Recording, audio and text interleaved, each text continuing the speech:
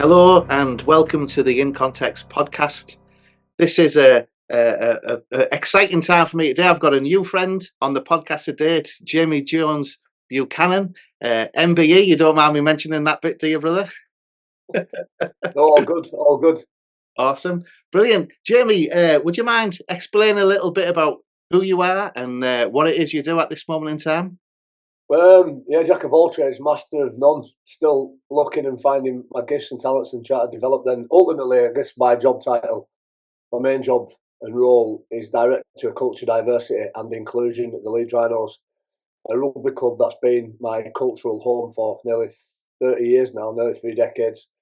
The reason being, I used to support Leeds Rugby League before they were known as the Rhinos from being about 9 years old.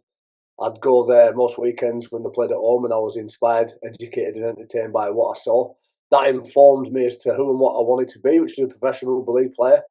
I knew from an early age, we might get into the reasons why, that sport was going to be influential to me. It was going to be the vehicle on which I lived my life. I was fortunate to sign for Leeds as a 15-year-old fanboy way back in 1997.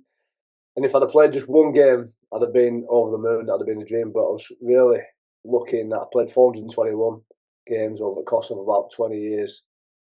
I became known as what's referred to now as the golden generation of players who occupied the time we call the golden decade. We had a great deal of success, a lot of adversity. And when I retired 5 years ago in September of 2019, I did do with a great sense of gratitude for what opportunities the game of rugby league, the sport, and the Leeds Rhinos and the people of Leeds had given me. I went into coaching for 3 years. And I loved that. I had an interim head coach role for 6 weeks when the head coach left, and it was the most terrifying, exhilarating, educating 6 weeks of my life. It was outstanding. But at that time as well, I also understood that I loved people more than the game, and there was a multitude of reasons to stay connected with people. So when this opportunity came up to be Director of Culture, Diversity and Inclusion, which is ultimately looking after all the people at the club and telling the stories to the community, I grabbed it with both hands. As you'll probably come to be aware, I like storytelling. I prefer to listen to them, by the way, more than I like telling them. So I'm also a pundit on Sky, do a fair bit of Sky. I've been doing that for about 3 years. Got my own media production company called Ram Films, where we try and document stories. Actually, my favourite place to be is behind the camera and seeing stories unfold. And I'm chair of a couple of boards, inclusion board at RFL. I'm a board observer at RFL, and just try to learn and help facilitate that governance piece around creating environments for people to thrive. So lots of little bits going on, but ultimately it's about people. We're in the people business, and it's a real blessing. Awesome. Sounds very busy, and you're also husband and father. Yes, absolutely. Most we often get distracted by what we do. My biggest treasure and gift in life is my wife. I met my wife, Emma, when I was about 14 years old. I'm 43 now. So she's my best mate. And we got married in about 2008. Come back from a World Cup playing for England. We've got 4 boys who are wonderful. They are really good lads. They're called Lord, Axe, Kurgan and Bane. Different names. I was a Star Trek fan when I was a kid. And they're currently nearly 18, 17, 15 and 11. I say nearly because oldest 2 got their birthdays in the next week. And they're sort of transitioning into the next chapter of their life. So the oldest 2 have just left school, went to college. One of them's studying criminology. One of them's got a building college. And they're really turning into young adult men. So being a dad's really important to me. Interesting upbringing. I don't know if you want to go back there, but I had a lot of love when I was growing up. I absolutely can't complain about that. The sort of patriarchal side of it. My father, my biological dad left when I was about, I don't know, maybe a year, 18 months. And my stepdad, who brought me up, he was in the Navy, so I was obviously aware quite a lot. A lot of the male role models that I had came through playing sport and elite sport. So being a dad for me is a new education and something that's really important. Awesome. Yeah, similar for me. When I became a Christian, I not only struggled to know how to be a Christian father because I didn't have any Christian role models growing up. I didn't even have a father as a role model growing up. So yeah, that was a new journey for me. And by the grace of God, I've managed to muddle through it, and thankfully that my girls have been patient enough to practice on them. Brilliant. Yeah. Oh, so just share a little bit about your upbringing then, because I'm fascinated to see how working class men can thrive, overcome obstacles, and achieve their dreams and targets. And it sounds very much so you've exceeded your dreams. You said you would have been happy to play one game for Leeds Rhino, but you seem to have had a lifetime there in numerous different roles. So just share a little bit about your upbringing, what that looked like, and what working class meant for you. Yeah, I've been doing a lot of that recently, thinking about my origin story. I think it's really important whenever you're telling a story about who you are to reflect on who you've been and where you've come from. And for me, grew up in a small working class town called Bramley in West Leeds. It's an interesting demographic. It is very white working class, and it hasn't changed much in the time that I've been here. And it's interesting. I actually really like it. I still live here now. I have no aspirations to move away from it, and I live about 100 metres away from the house I lived in when I signed for Leeds as a 15-year-old. I'm 43 now. And home is home, and majority of my family's here. But my dad, as I mentioned there, is of a Caribbean heritage, St Kitts. He was born in the UK, but his parents would have been a part of that Windrush generation. Came over way back when. He met my mum, who's white girl from Leeds. Her father's Welsh in the Jones, Welsh descendant Jones in that. So I'm obviously dual heritage, mixed race. And early on as a young kid, and I reflect on this photograph that I've got, I was always really big for my age. And I always talk about the fact that statistically, it's quite unusual because I was born on the 1st of August. And if you don't know, there's something called the relative age effect, where those children who are born in June, July, August are youngest in the year. So when it comes to PE and physical exercise, any type of sport, because they're the smallest in the year at sort of 5 or 6 years old, they often don't excel at the physical activities because they've just not had time to grow. Not that they've not got potential, but everybody's aware of whose birthday is when, you're not quite sure. You all just get put in one pot. And you end up with these limiting beliefs. I'm not good at sport, therefore I'm not going to try. I'm not good at sport. And it's not that you're not good, but I was lucky that I was massive. Right? And even though only 13% of professional rugby league players are born in June, July, August, the fact that I was big was advantageous to playing a gladiatorial game. I was well coordinated. I was always strong, powerful.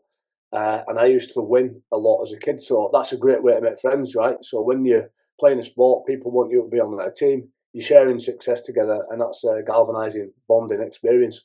And that's why I love the sport. My dad moved away.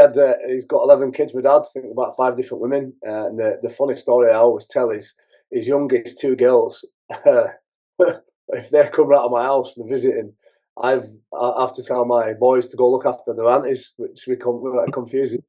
Dad's surname Buchanan. My mum's maiden name was Jones, hence the double barrel name, because they were only 18 when they had me. Couldn't decide which name to keep, so they kept them both. I didn't have the same name as my mum or dad in its totality. I always tell a silly story that when I made my debut for Leeds, I went in changing rooms hoping to see Jones-Buchanan up back in my shirt, knowing that the family would be out in the stands, both sides, family, friends. But the time they couldn't fit the full name on it, so they cut it down to Jones. And to make it even worse, the kit man, whose job it was to put the names on the back of the kit, in his infinite wisdom, he put Jones on the home shirt and Buchanan on the away shirt, which was even more confusing.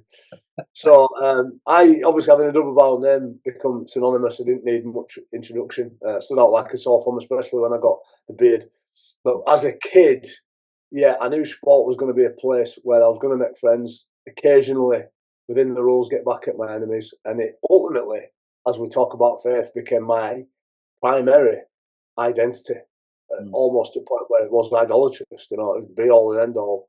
And winning was absolutely king to me as a kid, because I thought if I lose, then I'm going to lose everything that comes with it, as in friendships and purpose and belonging. So yeah, sport was a big driver, but it also had a lot of good lessons as well. It helped me to learn how to win, how to lose, how to make friends, how to play as a team, how to have perseverance, discipline, and all the other things that feed into good sports people.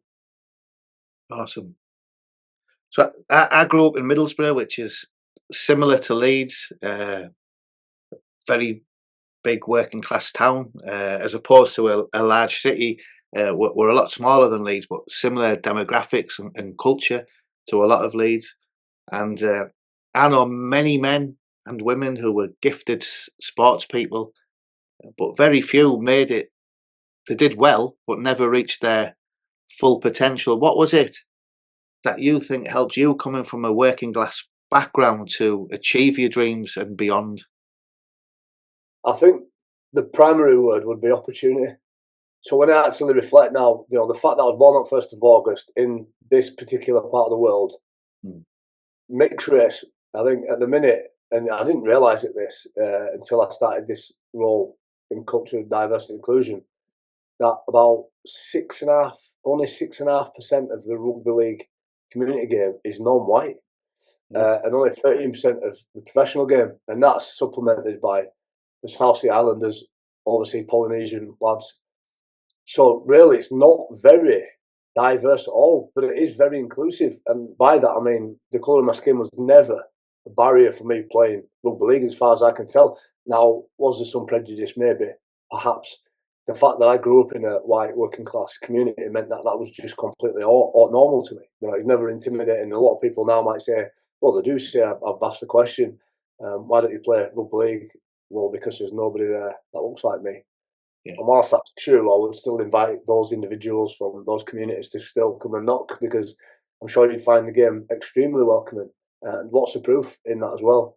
But for me, to answer your question, it comes down to opportunity, and that's why I've got this real sense of gratitude and desire to pay forward whatever's in my power, using the resource and facilities I've got, to try and create an environment that provides opportunities for people of all ages and abilities. And now, in 2024, it's not just one men's team like it was when I signed for Leeds. We've got a women's team, very good, by the way, played at Wembley in the Challenge Cup final again this year. We've got a wheelchair rugby league team who just won the grand final 2 Sundays ago against Halifax Panthers. And look, I don't want to lean too much on winning. Sometimes it's just about being inclusive and enjoying themselves.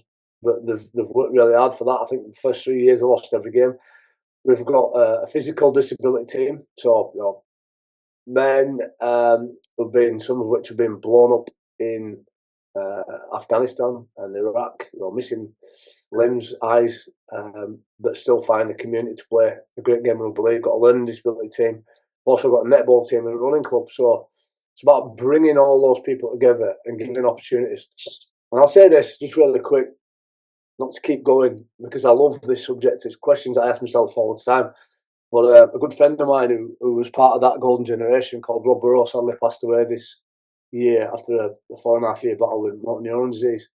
And this Pablo Picasso quote stuck out that I saw in a gallery, and it said, "The meaning of life is to find a gift. The purpose of life is to give it away." And the truth is the truth. Truth's never fragile, and it's really easy to sort of cross-pollinate that into biblical messages. And even right at the outset of the Bible, in the beginning, first things first, God, the main character, protagonist, the character around which the whole Bible is about, created God, the heavens and the earth. Then there's this, let there be light, separating the light from the dark, the night from the day, bringing order to chaos. And not long after, we found that we're made in his image, we're made male and female. And there's just this realization to me that we've got to create a God, and I think where we find most joy, or a lot of joy in life, is when we are being creative, especially when it's communal.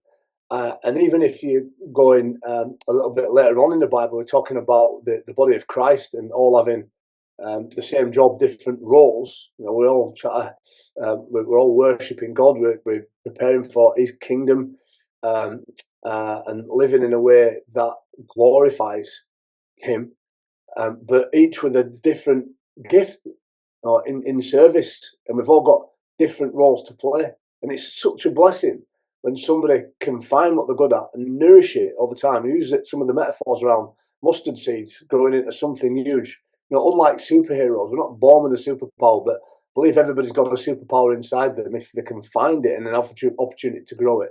And sport is just one of many ways to do that, but it's just easier to measure because it's physical, and it's really easy to build metrics around sport. It's easy to follow, but it could be a speaker, it could be somebody who creates content. You could be somebody who just walks into a room and makes everybody laugh. Everybody's got something different to give, but to quote Ecclesiastes, it's meaningless without God at the centre of it. From an eternal perspective, it's what and who are you using that gift for. Awesome. Yeah. Fantastic. And again, you mentioned briefly when we first started about you always knew sport was your gift. Who was your main encourager in that? Was that just something that you knew you were good at, or did you have role models around you pushing you and encouraging you to achieve your sport? I had a lot of role models. So because I sort of leaned into sport because I was good at it, and I believe everybody. I think there's a book called The Good Life, and it's a longitudinal study, and it talks about when people are on the deathbed and they reflect on their life, what are the most important factors in the foxhole, in the proverbial foxhole, right? It's having a purpose and meaning. Second is belonging, so you belong somewhere, you want to be part of a group. Then physical and mental well-being. And for me, when I knew I was good at sport, I had something to give, and then within the context of a team, to give it away. And bestowal is really important. So we'll maybe talk about love in a bit. God is love. In the Gospel of John, I love it because it's so metaphorical. It's so rich and abstract, but it all revolves around the emotion of love. But love is almost like a verb. It's a doing. You see the fruits of love in your action, in what you want to do for people. So having that gift and bestowing is a great signal, a great sign as to where your heart is and what it is you're serving. So I found that tribe early on. But then you're always looking for and at people who express the values that you want to be associated with. So when people talk about mission, vision, values, behaviours, the type of person you want to be, you will be attracted to the people who live like that and express those similar values. It becomes magnetic, and it's really easy then to be signposted by those values into a particular direction, so that you don't. It's the narrow path to salvation. When you see these values being exhibited in people, that God willing come through the gospel, come through the Bible, the Holy Spirit, and reading it like on a daily basis, and it becomes part of your subconscious. Those values become who you are. Now, before I knew who God was, before I knew who Jesus was, I looked at role models on the television, in sport, and just to give you a couple of examples, the most influential, you'll like this, influential sporting moment in my life was probably 1990 World Cup, when Paul Gascoigne starts crying, the old Pavarotti Italian 90, and you're looking at a megastar. For the first time in my life, I'm seeing as a 9-year-old what it means to fight tooth and nail for your country and give everything. And these boys did in the semi-final against West Germany, and he's crying his eyes out, and you're thinking, wow, one of my heroes is crying on television, from a sort of male point of view. It made it all right to be emotional. I was like, it's all right, crying, it's fine, it's cool. He did it live on telly, one of the biggest events ever. And then people like actors like Eddie Murphy. Whilst I did look through the lens of white working class community, I think I used to watch Eddie Murphy films back in the day, and he was this standout character that he always seemed to be in a white community. But he was really funny, he was really intelligent, and that's what made him stand out. It shone, and he was a bit abstract and extrovert, and that was inspiring to me. That's what I wanted to be. I wanted to live life with that type of richness. And just to give you an insight into my personality, I am a person that sees things in pictures, but life inside my head is quite chaotic. I struggle with order. So schedules, turning up on time, wearing the right kit's never easy. I've got to try and get it down to the lowest common denominator to make it as simple as possible so I don't forget. Right, it's almost impossible to get it wrong. But by nature, I am a creative, abstract, colourful type individual. Awesome. Yeah, I like the Eddie Murphy. All I could think of when we talk about Eddie Murphy was, I've got an ice cream, you haven't got one. So I don't know if you can remember that joke. Yeah, I mean, everything of it, honestly, it's just, I could, when you put them films on, Yeah, I could quote nearly all of them. And even now when you go back, and they're so easy to watch. Films in 80s, they're just not complicated. You take it for what it is. Every minute's entertaining. And it's inspiring. And I think, at the end of the day, you're always trying to grow get out of your comfort zone. And these people are almost nudging you, willing you to be the best version of yourself. We're talking about inspiring. I don't think you can grow unless you're outside your comfort zone. And one of the other reasons outside of opportunity why people, I believe, don't thrive is because they're just not happy with being uncomfortable. Because you just, tomorrow morning, I'll be out doing my interval training. I've got a marathon to run at the end of November. I'm 43-year-old. I don't need to run marathons. I just carry on doing things that are going to challenge me, going to ask me the right questions, are going to make me reflect on what I put in my mouth, how much training I get done. They're going to help me to try and be the best 43-year-old and then best 45, and entropy and time will get me in the end. But that drive to always strive to try and get a win is what, for me, is important. And I've noticed my camera's gone off. All right. Yeah, so I don't look very athletic. I'm a bit overweight, quite a lot overweight, some might say. But I love my sport, and gladiatorial is a word that you've used, and giving it all, and you're on about fighting for your country. And I do a bit of catch wrestling and jiu-jitsu, and you sound very much like my coach. And when I go to the gym and someone's trying to crank my neck or snap my arm off, or I feel exhilarated. Again, it's that gladiatorial sport that I don't know, that testosterone, that creativity, and actually not just using your physical strength but your mind in combat is something that when I miss affects me mentally. I'm slower. I'm sluggish. I'm less happy and less energetic. And how have you seen sport impact people from working class communities for the better? Why do you think it's necessary for many men to experience what it's like to be gladiatorial? I think it's part of our nature to, when you're part of a tribe, you've got to protect that tribe. And a long time ago, that would have had a fair amount of physical expression. You know, the world, even a few hundred years ago, was completely different to what it is now. We're relatively safe. We're living probably, arguably, as much chaos as there is out there. One of the safest times in human history, certainly the most advanced. And certainly for males, I just think it's part of our makeup when it comes to being leaders as well. And there's also an element of, I think, that tribal sort of gladiatorial element helps us to think about our place within that group, and an appreciation for the people who've got round us and those different skills that each one brings. Somebody might be speed, somebody might be strength, somebody might be strategy, and we all sort of tip in. Somebody said, it was in a church sermon recently, actually, it was brilliant. I think they said, I might get it slightly wrong, there's something like 5 million parts in an average aeroplane, but not one of them can fly, right? You put them all together, you got this amazing machine that's pretty consistent. And I always think about that whenever you're pulling parts and people together. I think you can't be the best version of you without a group around you. It's really important. And I'm assuming, I don't know how long you've been doing jiu-jitsu. A good friend of mine has a Gracie Bar hard gym in Leeds. I haven't done it yet, and there's a lot of sort of men that sort of, he calls it the next 45, the second chapter, that midlife period where men are often redefining who and what they are, and just adjusting where they're going in life, and it can end up catastrophic for many of them.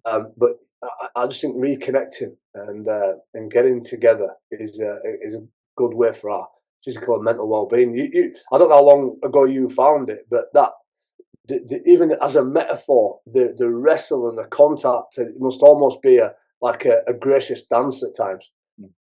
Yeah, very much so. Yeah, it's especially when we're training and we go 50-50, and as we're attacking somebody at 50%, we're giving them an opportunity to defend, and vice versa. And it's keeping us sharp. We're not trying to injure each other. We're trying to prepare each other. That tribe thing is very true. So our training partners, our dance partners, are equipping us for the enemy, I suppose, for when we go to competition. So then when we do it 100%. But again, when we talk about gladiatorial, when we talk about fighting, some Christians can be put off about martial arts, or even about tough sports like rugby and boxing. How can you bring this kind of gladiatorial language into the church and run it alongside you as a Christian, when a lot of people So I have this conflict. I have some friends in the church who who think that I can sound too aggressive. Then I have some friends in the gym who think I sound too effeminate. How can you bring together uh, your faith and the language of gladiators? I think a lot of it comes out of intent. Hmm. And what's your intention? I think when you think about any sport, getting your heart rate up, oxygen into your lungs, sunshine into your eyes, and you're competing. We all know it's irrefutable, like physically, it's absolutely good for you. There's longevity, it helps you to live longer. And it's been done in a multitude of different ways over the years. And again, I think there's this inner need or almost desire. I think sport is a wonderful way of doing that in a controlled facsimile of what would otherwise be an aggression of ill intent. So, whenever we compete, you see the emotion, whether it's wrestling and gladiatorial or rugby or even football. You get these tribes of people that wear banners and different coloured kits to be part of a group, and the emotion that boils up at referees, at each other, and it's one big theatre. It's a big theatre. Mm. And instead of having a stage, you've got a field or a court or an arena. And instead of actors, you've got athletes. Instead of a script, you've got rules. Instead of an author, you've got a referee. And we're all just playing out. The difference between the two is you don't know the ending in sport. And that's what makes it exhilarating. We always try to predict as a pundit, this is what's going to happen. He's not playing because he's injured. He's going to be sent off. He should be sent off. And we try and make predictions, and things inspire us by how they re-manifest themselves quite often against the odds. Mate, I've been watching Rugby League all the year this year. And I don't know if I predicted a game right all the way through. It's just so competitive, you know. And you're like, wow, how good's this? But be able to pull a narrative out of it and say, well, why don't we fix the gaze on this here and just see what happens and how it plays out? And quite often it's just the strength of character that does. And then, but when trials and tribulations hit us in real life, we're somewhat more prepared to deal with it because we've seen that inspirational sportsman or woman come through something else. You know, some of the stuff around Chris Hoy recently really sort of sad. And when you think about him, but then you think about all the inspiration he's given over his sporting career. So listen, I'm not gonna beat around the bush. I sometimes joke about it. I remember once I always tell the story. I went to a church in Leyland giving a testimony near Wigan, and we'd beaten Wigan not too long before, and I had the Super League trophy. Somebody goes, "Oh, Christian lad," he said, "What about that kid's head? He took it clean off his shoulders. Give a penalty away." I said, "Look, I've been told it's more blessing to give than receive." So I try to get it in there. Listen, we all get it wrong, don't we? Yeah. But I think it's when I think somebody once said a pastor, well, when we get squeezed, whatever's we like tubes of toothpaste, we can be whatever we want to be on the outside. When we get squeezed, whatever's on the inside will come out. And quite often, that physical exertion prepares us to be in such a way where, by God's grace, through His Scripture and Holy Spirit, when we are squeezed, even physically, we still respond in a godly way. And sport's a great way to condition that for sure. Yeah, definitely. I'd agree. Great answer as well, by the way. I think that's hilarious. Better to give than to receive. Awesome. So from the outset, you've achieved your dreams. You've married your best friend, somebody who you've known since you were 14. You've got a family. You're part of a great community that you love and you've never left. On paper, your life must have looked perfect. Yet you find yourself. How old were you when you became a Christian? So it would have been about 2025, 25. 25. So you're a young man. You've achieved your dreams. Life must be good. What made you realise that what you'd achieved wasn't everything, and there was so much more to life than medals and trophies and family and community? Yeah, it's a great question. I guess it's the underlying foundation of the message you try and impress upon people. There's Proverbs 17, the crucibles for silver, the furnace for gold, but the Lord tests the hearts. It's really interesting when we talk about silverware. We reward success in sport with gold medals, silver medals, bronze medals. And even now, I've got my first ever grand final ring. Got it on here. I don't know if you've yet to watch it. It's like one of those YouTube videos. And, that used to have 2004 inscribed on it, and I can't see the 2004 anymore because it's eroded. It's gone. Along with the erosion of the ring itself, a lot of the memories are starting to fade. And if I went out even into Rugby League world now and said, who won grand final in 2004? And who did they play against? There'd be a small portion of people who'd remember. And the point being is that it don't last forever. It's entropic. It fades away. And again, from an Ecclesiastes point of view, it's meaningless. It's not eternal. And so whilst there are some wonderful lessons to be learned on that journey of endeavour and striving, thinking about resilience and fortitude, ultimately it's what your gaze is focused on eternally. I've got 8 grand final rings. I've got more losers medals as well, by the way.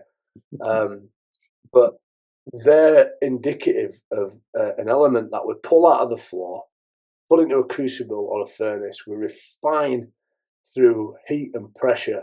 The dross is discarded, separated, contrasted, going back to that let there be light, and bringing some kind of order to what is an impure chaos. What you're left with from a material point of view is quite a lasting, unrusting element. That's a great thermal conductor as well. It's too expensive to use in wiring, so we use copper instead. But actually, it will degrade. It's got a shelf life, and it's inert. It doesn't do anything. It's just an inert metal.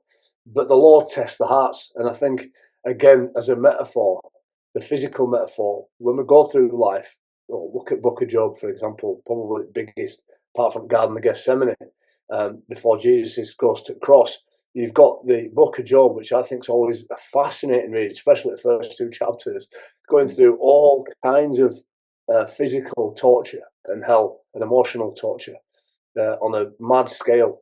That always keeps his gaze on questioning who is the mediator, who is God. And so the Lord tests the hearts in that we're tested, go through these lively trials, but we're always being refined by them if we can persevere and stay the course.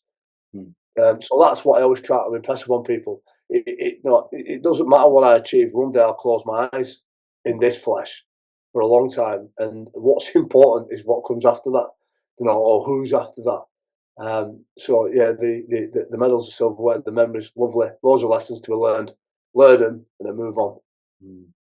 So who first introduced you to Jesus, and how did you first find yourself at your local church, listening to the gospel?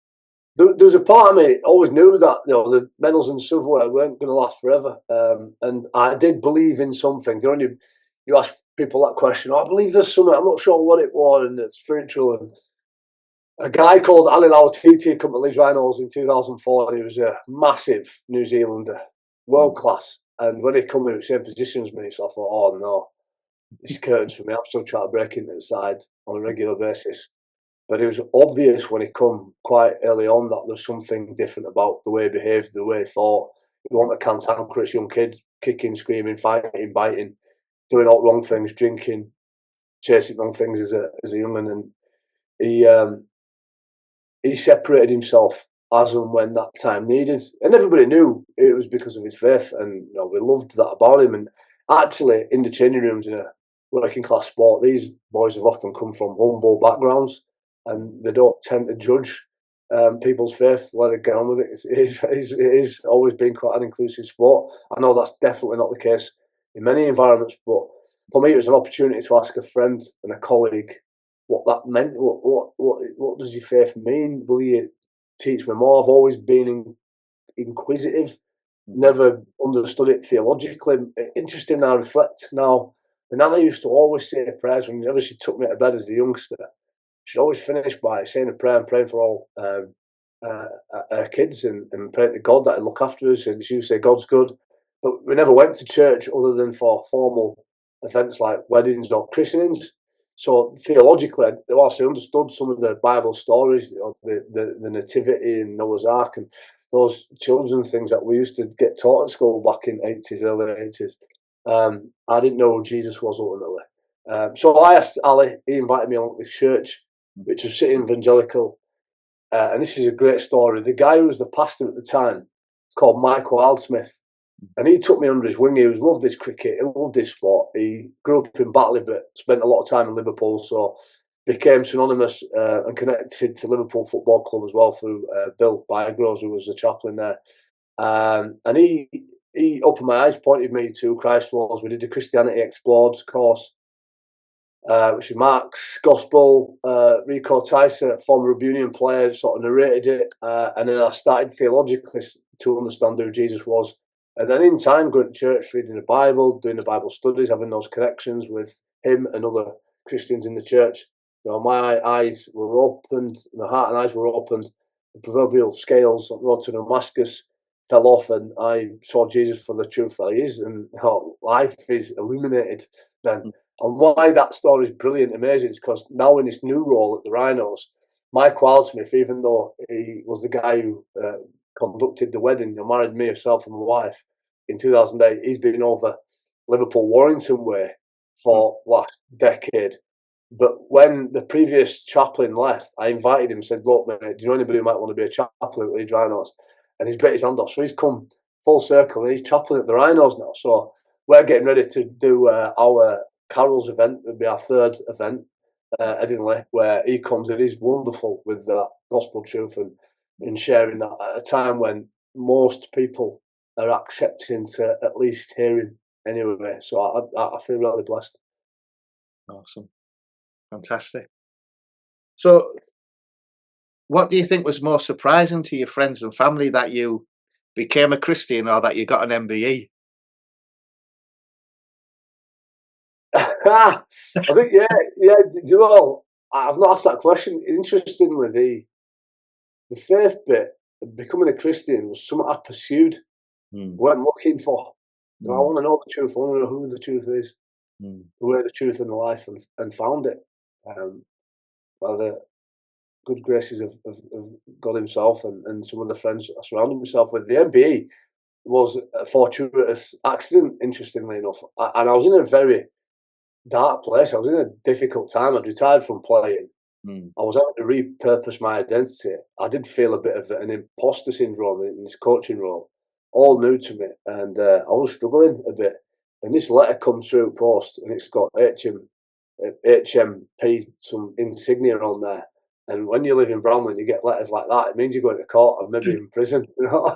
So I opened it and said I'd been offered an MBE. Did I want to accept one? I'm like, wow, what an honour! What a wonderful moment in time and piece of recognition. But even that in itself, and it's wonderful going down, meeting Princess Anne, took my wife and me grandma, my mum, and it was a wonderful couple of days out. Because it wasn't something I set out to try and achieve, that quickly dissipates. There's a temporary happiness to it. I wouldn't even say there's a fulfillment in it, because it wasn't ever a goal that I set out to achieve, or any sort of lasting contentment. But it is nice, and it's just a reminder that, you know, people, secular or not, recognise those who do the best to bestow gifts upon other people, and I think that's an inherent part of all of us, you know, in terms of being made in God's image. It's just helping everybody understand what the true source of love is and where it comes from. It's interesting that somebody who had achieved so much personally with your family and professionally with your rugby, and then also with your faith, knowing who you were in Christ, suddenly finds himself in a dark place. And you mentioned imposter syndrome. Why do you think that's so common amongst many men, both in and out the church? And B, what do you think we need to do as Christians and as a church to help men be open about the struggles when they're in a dark place, and how can we support them? It seems that sport has a lot out there looking out for the welfare of the men within the game and the women in the game, but I found a few churches are a bit slow behind the pace at looking after the welfare of men, and often we don't share about our struggles within the church as often as we should. Yeah, absolutely. I totally agree with you. I think because we don't want to seem weak or out of control. You know, the very start of that question there, What about when you've got all this and that? Can you feel this way? I think it's the way I feel most days about certain things, and that's as a consequence of getting out of my comfort zone. And I'm listen. I want to be careful in what I say because I'm not a clinical psychologist by any means, and I would encourage everybody to speak. I mentioned earlier that seeing Paul Gascoigne get emotional as a young man almost made that okay for me. And I've been surrounded for a lot of my life with a lot of good people to be able to talk to, not least my wife. She's my best mate. So I've had a lot of people to chat to, talk to, and I've always been quite open to share some of those challenges with me. But I'd also say as well, that imposter syndrome is just as a phrase, it's contextual, that, and ultimately what it means most of the time is that we're just feeling a bit uncomfortable about a certain scenario where we've been, what we've experienced. And I'm not so sure that that's not normal, by the way. I think, we're not looking, certainly in scripture, lamenting, anxiety, the way we think and feel is all part of us moving into a space that we've maybe never been before. Quite often, once we get there and we get stretched through support, and having, certainly as a Christian, that mindset of, I'm going to lay this at God's feet and just have that trust. I'm here through perhaps providence. I'm here in faith. And interestingly, as I've got older, somebody mentioned that I went for a walk with a friend recently, and he used the word fear a lot. And I very rarely come across the word fear in my own reflections. I usually talk more about courage rather than fear. And I think it's because I'm looking that way, in the sense that stepping that way is going to be uncomfortable, rather than thinking about the fear that's chasing me, behind me. And so I have very little sort of spiritual fear anymore, because ultimately I know where I'm going to end up. There is an element of physical fear now and again. I get anxiety about going and running my intervals and trying to get a certain time tomorrow. And all day I'm trying to hydrate and eat the right foods. And sometimes public speaking, you've got to get in front of a group of people.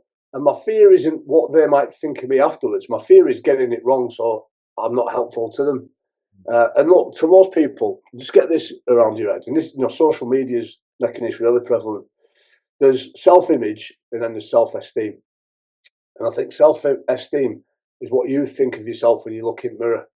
And I think that's the reflection you need to be most content with. The self-image is what you think other people think of you through what they say about you online, perhaps, or after a big performance on television. Now, that bit is very difficult, if not impossible, to control. I would even go as far as to say it's none of our business. So don't worry about that. There's ultimately 4 people and God at the centre of that, whose sort of material opinion I'm interested in, and they're all in this house, and they love me to bits, right, unconditionally. As far as I'm aware, there's 6 Jones-Buchanans on this planet, and they all live here. And I know that when I get here, regardless of whether the day's been amazing and I've got a grand final ring or an MBE, or I come home and I've been challenged all day, they're here with love and care and a cuddle. And that's what we need to do. Those tribes, it's really important. We're part of a group, a church, a team. The challenge in 2024 is we're all part of multiple tribes, aren't we? And that's where we get confused, because they're not always congruent. But at one point in history, it was pretty consistent, that moral anchor that drove any particular tribe and the values and behaviours. And when I say tribe, I'm just talking about community. Any community of up to, say, 80 people would have had very similar values and behaviours. You might go to jiu-jitsu, then you might go to church, you might go to work, or you might go to a football game. And in each group where you identify as being a part of that group for a period of time, they could be very different. And then that's where anxiety comes around, because you start to question who you are and what other people think. And it's very hard to cross-pollinate different beliefs in those groups, which is the challenge, I think, for modern day society. Yeah. And what about church then, and your faith? You strike yourself as just naturally disciplined when you've got a goal in. You're talking about doing a marathon now at sorry, what are you, 43, 40? 43, yeah. 43, yeah. So, and you're going to do your training tomorrow, and you're hydrating, you're looking after your diet, your drinks, your schedule.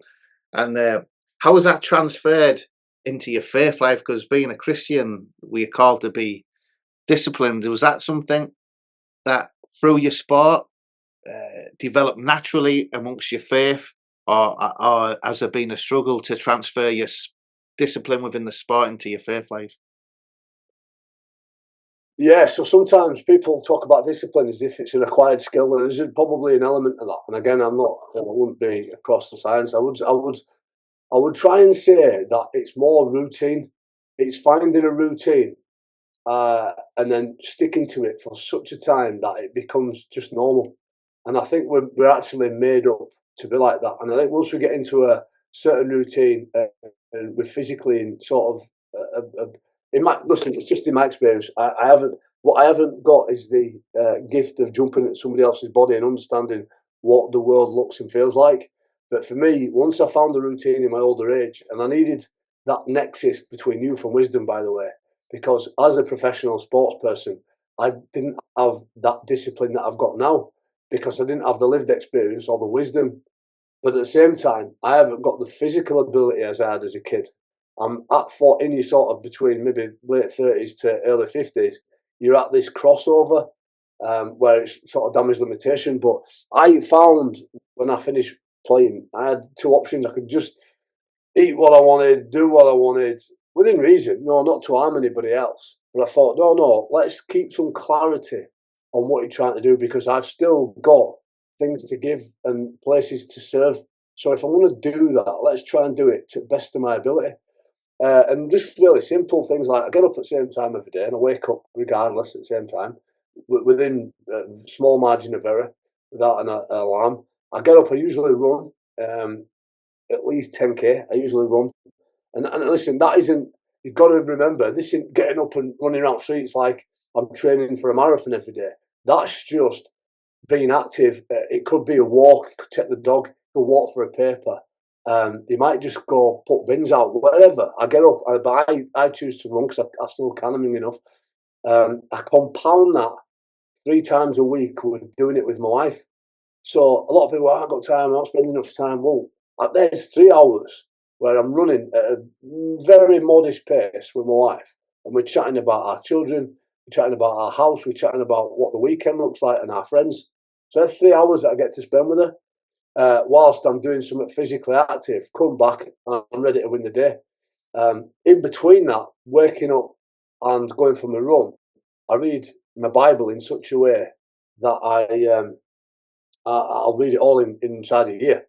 And so it's constantly going in. And listen, people will think, oh, I'm going to have to make a load of notes and I'm studying. I'm not studying it. I'm not studying. I'll do that at another point.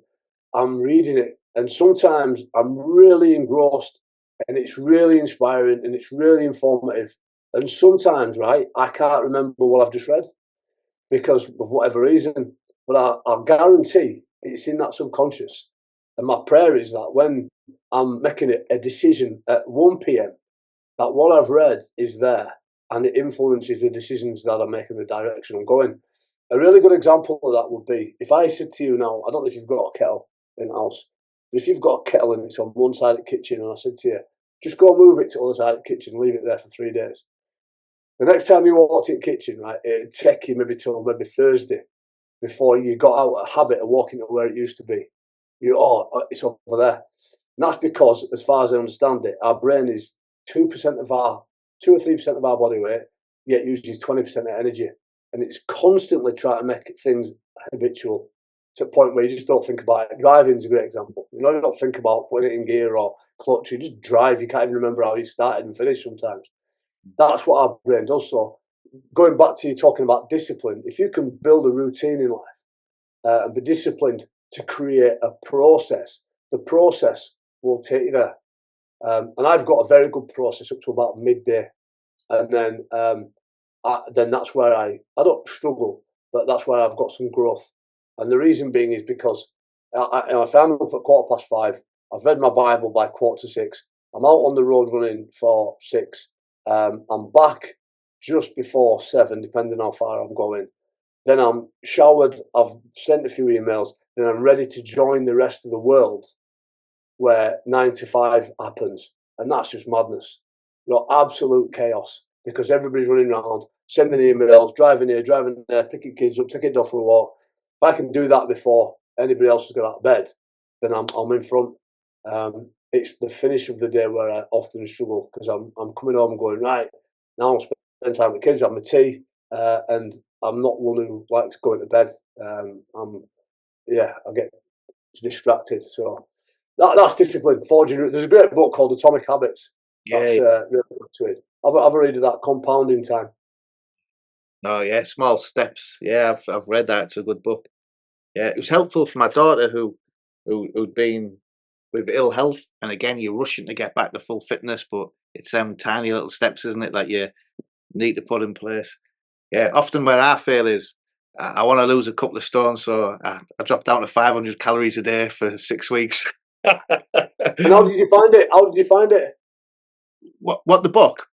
No, did you say you dropped down 500 calories a day? Oh no! What I do is I go from one extreme to another. So I'll go from gorging to like really restrictive, and then I'm fine for a while, but then I fall off the balance. But when I'm doing it slowly and surely, and I have a treat, but I don't go crazy, that's when I tend to do the best. And it's the same with training. Because I enjoy the training, I'll go 4 times in a week and then put my back out, and then I can't go for another 3 weeks. So again, it's trying to be, I'd be better off going once or twice a week than still being fit and being able to do that regularly and consistent, then going 110%. And I've also found that in my spiritual life, where you said you've read the Bible in the year, then I saw a program, read the Bible in 3 months. I thought that looks good, but it's about 15 chapters a day. And again, the first week you plod on and then you give up, and then you'd have been better off starting with the 3 or 4 chapters a day, doing it over the year. Well, listen, and look, I always put a tick at the end of each one. Yeah. And then after a certain amount of years, it's like compound interest. It's just there. And then I'll give you, because I'm public speaking a lot, right? And I said earlier, I see the world in abstract pictures. If somebody wants me to come and speak about a subject that I've not really spoken a lot about before, or I've got to construct it in a certain way, it takes an enormous amount of energy, because I've got to memorize it in pictures, right? I've never been one that can write down bullet points on the paper to remind me. If anything, I take picture cards with me. But this become a limiting, it could become a challenge for me, because I was being asked to host a lot of events, which meant reading out people's names. Some information might not get till I get there. So I thought, I've got to acquire the skill of being able to read out loud, not least because even if you're standing up in a church, sometimes you've got to stand up and read a passage. I wasn't comfortable doing it, even though I can stand in front of a television camera with potentially millions of people on BBC. So when I was reading the Bible, I started reading it out loud as well, which brought about a multitude of other benefits, not least other people that are walking past and listening, the family in the house. And also, it stuck, it sticks, because you're physically doing it and you're using your muscles. It's there, it's stuck to you. And I'll tell you really quick, if I'm writing, if I was to write behind me now, right, I had a bit of chalk, and you asked me to write a sentence, I've been worried about the spelling. I've never been great at spelling. If you ask me to type it out, I seem to type it really well. I very rarely get spelling wrong. So that different skill acquisition brings about a different outcome.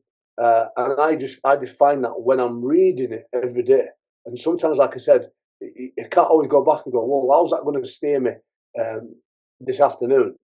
Inevitably, when the semantic links come, somebody asks me a question, what do you think about this? Or you see something on the news, what do you think about that? Straight away, that it's almost like that matrix stuff coming down, and it's like there's scripture, it's there, it's on the heart, it's written on our hearts. We just need to liven it, just keep it there as part of the process. And it is spiritual, right? I'm making it sound very practical, and it's spiritual. It's in the heart. It comes through the spirit and prayer. But there's a reason why we read our Bibles, and we trusted with it. I think of all the speaking I do, that the pulpit is the most terrifying place, because that's the place where you least want to get it wrong. It's got to be absolutely who and what you represent in there is so important. And again, that's what Jesus did, didn't he? He just read the scriptures continuously over and over again, and that's what the early church did before everyone could read, or it was we heard it. We were uh, a lot of us learned orally, didn't we, just by hearing other people speaking it out loud, and although we didn't have the verses and the numbers, I think there's something in that, isn't it, that the Lord gives us practical gifts to Yeah, learn spiritual. language is massive. The ability to convey information through different means. And if you think based on your theory there, that how long, well, it's truth, not theory, how long have the majority of human beings in society been reading for? A lot of it has become oral. Yet reading is such a profound thing. It's real. It's there. And it's so important in another method through which the conveyance of information is travelling this way. There's lots out there that talks about public speaking, for example. People want to know how do I get better at public speaking? There's a guy on YouTube who's like a master at it, and he was saying it's really interesting. He's got a TED talk on public speaking, and then he's got another one on listening. Right, and there's a profoundly more exaggerated number of people listen to the speaking bit than the listening, but yet the listening is the most important part of being a good speaker, right? So, the way we assimilate knowledge is just, it's fascinating. Yeah, well, have you read the book How to Think? No. Come with the next one. Fantastic book, because we've forgotten the art of thinking. So again, that's to do with because we don't listen.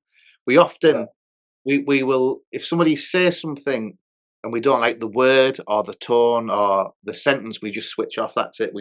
And this guy is talking about a famous basketball player who we looks at motives and how what one person will think is rational, it's irrational to somebody else. But if we understand the mind of the person, we can then see why what he's doing is rational. So there was a basketball player who, I forget his name, but he had the best returns from the way he shot. He was the best scorer within the NBA. But his teammates used to mock him for throwing the ball effeminately. So he changed his style. He scored less baskets, but he was still the leading scorer. And people thought that was an irrational move, that he would lose so many points. But his motive wasn't to get the best points. It was to have more women follow him. So he didn't want to be seen as effeminate. He wanted to be seen as masculine. So it was rational to him to lose the points because he would look more masculine to his teammates and to females. Wow. And again, often that was just shown us, if we listen to people, we get to understand them, and then we can relate to how they're thinking. Absolutely, yeah. And imagine that story times 10 people, all with a slightly nuanced intent or desire. Everybody would assume, he wants to score more baskets. I was with a group from Pretoria last week. I don't know if I told you this. There was a doctor. He was an academic doctor, and I was telling him something very similar. When you're in a group of people in an organisation, you can say one thing somewhere, something else, and getting everybody to follow is really difficult. And he said, as a doctor in his communities in South Africa, he can ask a group of people to wash their hands, right? Please wash your hands. If we want to get rid of this illness, wash your hands. He said about a third of people will listen to him. If you ask the local priest to come and tell them to wash their hands, they'll all do it. Now, that's cultural and contextual as well. Ask that same question, different country, you might get the reverse. But it goes to say that the fact is one thing, whether you're right or wrong, but then who, what, how, and where, and when you say it is a completely different thing. Mix that up by 10 different people. You're a coach, head coach. You think you're saying something positive to 3 of them. You've just upset another 10. Nah, it's all over shop. But again, give us this day our daily bread, going back to reading.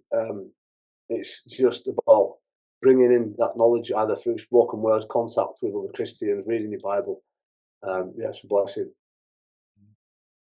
Awesome. Oh, Jeremy, it's been absolutely fascinating chatting with you. I really appreciate your time. I know you're busy and you've come home to see your family, so I'll let you go, but I really appreciate your time, and I do wish you well for your new role within Leeds Rhinos, and I hope that we can speak again at some time in the future. Well, you've got my details, you've got my email. Come and see us down at Rhinos. Let me know when you come in, and I'll show you around. I'll show you around some of the changing rooms, and yeah, it's great. Thank you for inviting me to share. It's always a privilege to talk about Jesus and the first fruits of an eternal hope, and looking forward to an eternal life with him at some point. Awesome. Oh, brilliant. Thanks very much, brother. Cheers, Paul. Keep smiling. I will do, brother.